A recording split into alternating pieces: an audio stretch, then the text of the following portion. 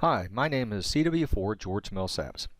I am the Education Services Officer for the North Carolina National Guard, and I will be your guide through this video on Chapter 33 Post 9/11 Bill Benefits and why you should consider transferring them as soon as possible.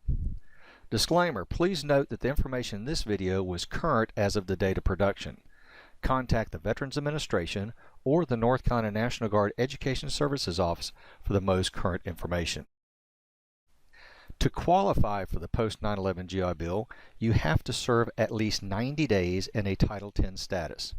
Not any Title X status, but one of those specific sections listed on this slide. There is an exception that if you served at least 30 days and separated due to a service-connected disability or injury.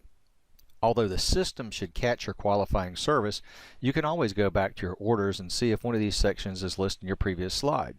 This is how it was listed in my orders. Basic training and AIT can be added to the time as long as these two criteria are met. You completed 24 months of active duty time and the training occurred on or after 9/11/2001. Not everything counts. Here are some examples of what type of service does not count. Okay, now let's dig into Chapter 33 just a bit more. You have 15 years from the date of last qualifying active duty time to use the benefit. Your 15-year window can be reset if you complete a new period of qualifying time by submitting your information to the VA. Submit a VA Form 21-4138 with your new DD-214 to your VA Regional Processing Center. The percentage of the maximum allowable benefit is based on how many cumulative months of qualifying service you have acquired. Unlike some other GI bills, this is cumulative rather than consecutive service, meaning that you can add times together to reach that 100% level you're wanting. So, what specifically do you get? Up to 100% of the in-state tuition for a public school and a maximum of $21,084.89 for a private or foreign school. These are current year rates, and please note that the rates change August 1st of each year. You also get a book and supply stipend, up to $1,000 per academic year or $41.67 for credit hours. This amount is prorated based on the payment tier that I mentioned earlier, as well as the rate of pursuit. You also get a monthly housing allowance, equivalent to the BAH of an E5 with dependents. That allowance is based on the zip code of the school, not of your home of record. If attending only online classes, the amount is maximum of $783. It's prorated by the rate of pursuit and the term start and end dates. Active duty soldiers are not eligible to receive the housing stipend because basically you're already getting paid for that. And you must be attending more than one-half time. Important, payment for all three benefits are prorated based on your percentage tier. The book and supply stipend, as well as the monthly housing allowance, are also adjusted based on your enrollment, or the number of credit hours you're taking per semester. Now, let's talk about transferring your post 9/11 GI benefits to one or more of your dependents, called TEB for short. Bottom line up front, transfer early, transfer now. You incur a 4-year service obligation at the time of the transfer. This is a retention benefit. They give you this benefit to try to entice you to stay in the military. So go ahead and transfer and get that 4-year clock started. Plus, if you die or leave service and have not transferred the benefits, they're lost. How do I qualify to transfer? Well, first, you have to qualify for the post 9/11 GI Bill at any payment tier. You must be currently serving in the armed forces with at least 6 years completed. Most folks don't catch that. You have to have 6 years completed before you can transfer, and you incur a 4 years additional after you transfer. You cannot be flagged for any adverse actions or as an unsatisfactory participant.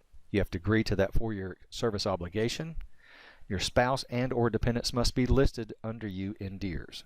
Transfer to children must be completed before their 23rd birthday, and you must be currently serving to add a new dependent or to transfer the request.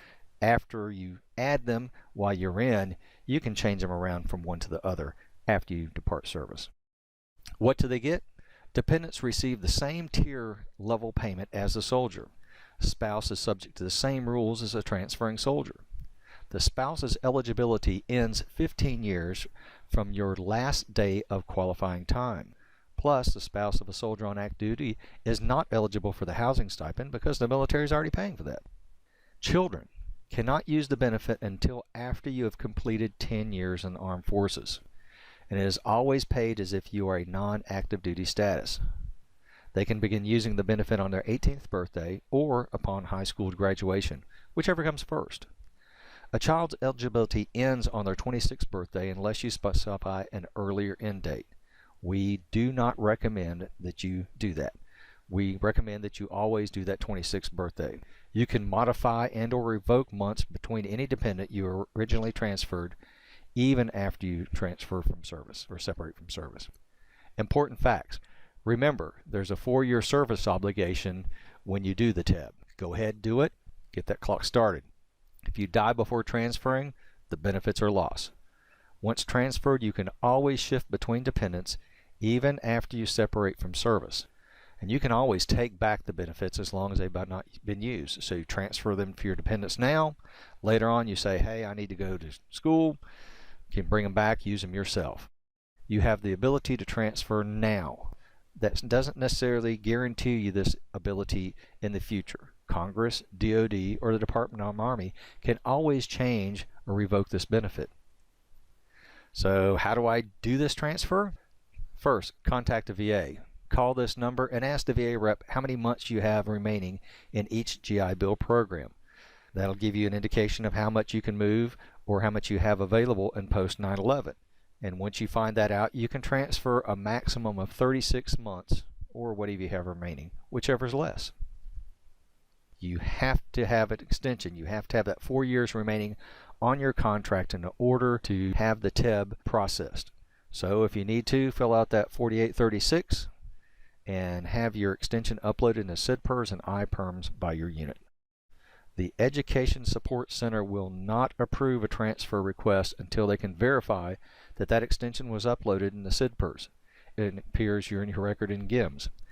If not completed within 70 days of the request, that TEB will be rejected and you will need to start the process all over, which means you'll have to have that 4-year obligation from the second time you give this a shot. So go ahead and get that extension done and make that transfer. Next, you complete an application for transfer. You do that on MilConnect. Select the dependents, determine how many months you want to transfer, add an end date if desired. Remember, we don't recommend that. Submit the application by selecting every checkbox and then click Submit. Then you want to access your .mil email and follow any instructions. If you have an error, they'll send you a message saying, hey, you messed up on this part. Please do this to go ahead and get that transfer completed. Once you've met all the requirements, you'll receive a TEB approved email from the Education Support Center. This is not the official notification. Instead, go back to MilConnect. Print and save the approval letter. That is something you want to keep in your safe deposit box. How do they use these benefits? Well, when they're ready, they go online to Vaughn app, fill out the apply for benefits, submit it, and then they need to make sure that they contact the VA certifying official at the school so they can certify your enrollment. All right, that was a lot of theory. Theory always doesn't really relate to practicality, so let's do a little exercise. The first thing you want to do is sign on to MilConnect, and you do that over here. After you've done that, you go under the Education tab, the TEB tab, and you go pick out which person you want to, the names obviously are blocked out, transfer however many months, an end date if you want. Remember, we do not recommend that. Click all of the check boxes that are on here, then hit submit. Bang, you're done. When you get your approval confirmation, remember, go back to MilConnect and print out that letter and keep it. Here are some helpful websites for you. This is your Education Services Offices team. Feel free to contact us at any time. We'd be happy to help you with this or any other issue relating to your education benefits. This is our education website. Just Google NCNG Education. Choose the heading titled Pages Education Services. Thanks for listening, and there's our telephone number if you need to contact us.